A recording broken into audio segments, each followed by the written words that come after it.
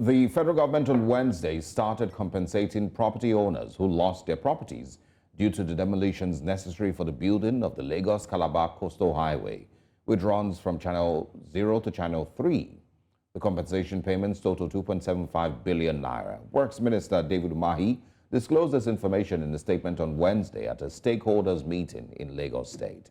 Now, speaking to the stakeholders and property owners, Umahi stated that more compensation is anticipated in the next few days and that the affected communities and other stakeholders bear primary responsibility for confirming the eligibility of claimants, evaluating the affected property dimensions, and figuring out the proper compensation amounts. Now, we have updates that Public Affairs Analyst ACHIKE CHUDE will be joining us to talk about this.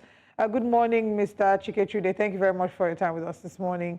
I would like to find out what your thoughts are regarding first of all, regarding the demolition that's ongoing at Landmark Beach. Yeah, well, demolitions like this can be very traumatic, especially if the people had not been carried, along. It puts them in a very difficult situation because they have to carry on the act of a daily living. And so when you disrupt somebody's life in such a very rude manner, without adequate notice, it becomes a problem.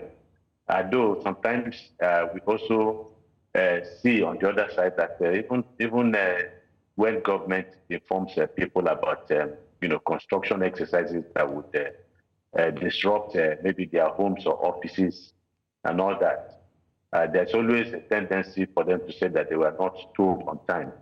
But the government on the other side, we tell you that they have given them adequate notice over a period of time and all that. So that's just the issue. But then again, the issue of this coastal road is something that came out of the blues, at least in terms of this administration.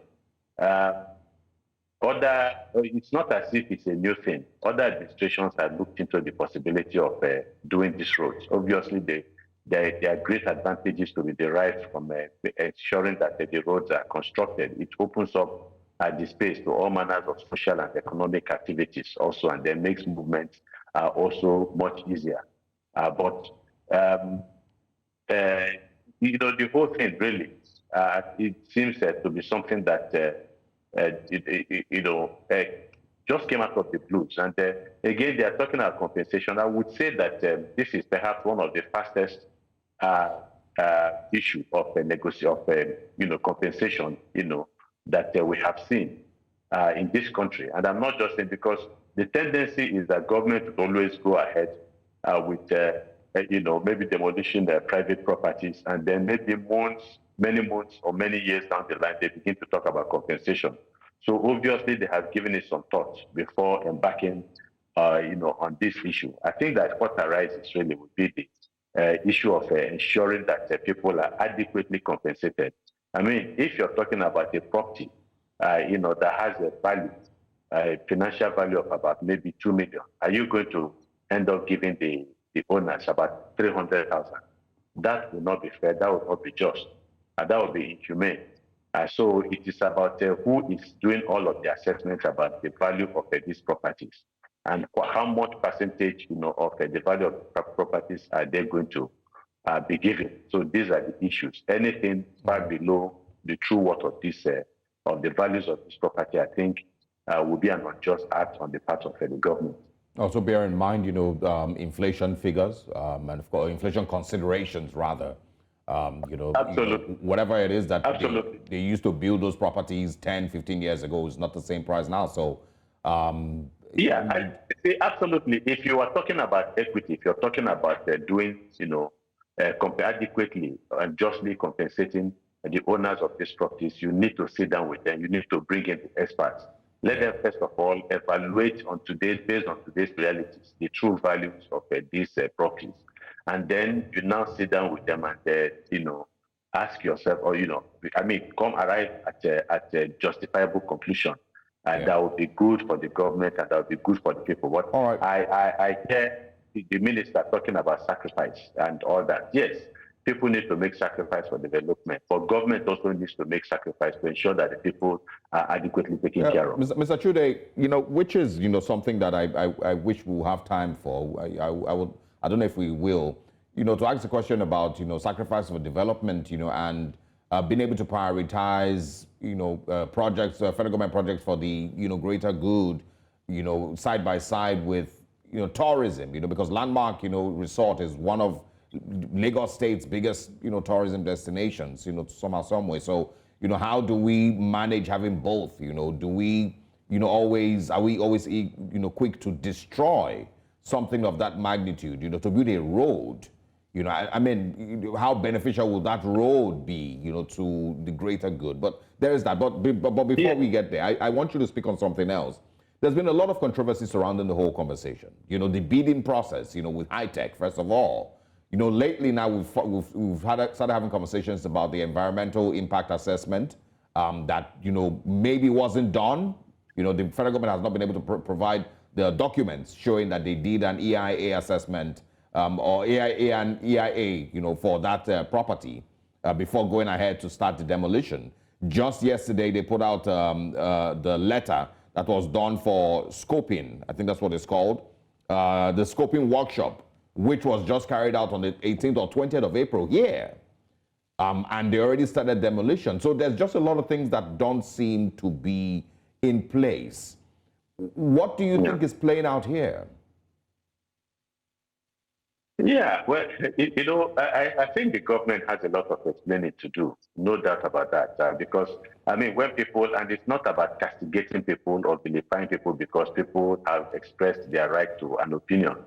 And then, I mean, if it is not, these things do not smell right, then people must talk about it, and I think that is, what needs to be done. The government needs to provide the right kind of explanation. Obviously, there are so many rules and regulations that have not been adhered to by the government. The issue of even adhering to the bureau, the principles at least, or the provisions of the bureau for public enterprises with regards to contracting, these things were observed in the breach, and so it becomes a very big, problem. The government has to explain each of these things that you're talking about. There's so much, precipitous movement with regards to this particular issue, as if decisions had already been made, and regardless of what anybody does, the government will simply go ahead and do what they want to do, and I think it is absolutely not right. And obviously the government is in breach. Everything. I don't know how they are going to be able to provide some of the things that people are beginning to ask for. But when the government shows clearly to the citizens that it cannot implement its own laws, what do they expect the citizens to do? So these are some of the things. It was not subject to bidding, competitive bidding. If it was, let us see it.